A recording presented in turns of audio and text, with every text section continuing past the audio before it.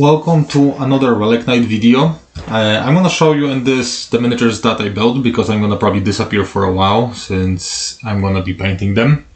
But before we're gonna go there, I'll show you a few things you might need while building this, because if you're used to like GW miniatures or Atomic Mass Games, Shatter Worlds, Marvel Crisis Protocol, they are plastic, they're hard resin, so you need a little bit more work. So you will need a box of, files. I like those like foam files because they have different grades and you can file miniature very easy. The second thing you're gonna need is a good pair of clippers and sharp knife that you're gonna use to cut all the sprue lines and extra pieces. That's part of resin working, so make sure you have all this, and don't be surprised with miniatures that there's extra pieces compared to other games and other systems. So we're gonna start first with Radiant side because I'm more looking towards the Void. So the first miniature that we're gonna go over is Sundown Enforcers.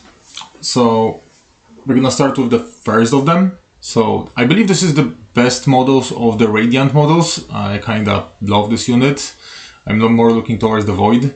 So this is first Sundown Enforcer. Second one, the posters are very dynamic, like represent them shooting and moving from spot to spot or reloading. And the third one. So those are the three enforcers from the Radiant. Those are the minions, the squad unit. So the next one that we're gonna take a look is gonna be first of the uniques. So Miss Kaylee. So this is also a very cool model. As you can see, it's the cat girl with the blaster from her tail with claws, and the miniature is really cool. Blasters on the back. It's a cool miniature. Now we're gonna move to the next one, which is gonna be a combination, but we're gonna start with the Cypher. So we're gonna go to Mr. Milky. So Mr. Milky is very small, like all the Cyphers. So miniature is pretty cool. I had to file a little bit of mold lines, but otherwise it's cool miniature with the sheriff star right on the back. And then final from Radiant set is Bang Bang. So Bang Bang is our questing knight, and miniature is also stunning. So you can see Radiant side right there with Bang Bang hanging on the side. So now we're gonna move to Void side. That's the one that I'm more interested in. So we're gonna start with Dark Pinions. So they're a little bit more dynamic for the squad units. They have jetpacks and swords, so there's a little bit more variation on them in the poses. All of them are very dynamic. I don't have miniatures glued to the bases because I'm printing some basing for it and I need to figure out what I want to do with this. And the third pose, it almost looks like he's jumping off, ready to like literally mid-hoovering. Miniatures are very cool. There's a lot of details on them and I'll have fun painting it. We'll see if I'm gonna make painting tutorials for this because I'm gonna go completely off the schemes from the cards, but we'll see. So the next, like with the Radiant, we're gonna go to our unique, Mikhail. So this is our Void Angel. So if you notice, I didn't glue the circle. I think it literally breaks a little bit of how he looks like. I kinda dig without the circle on the back.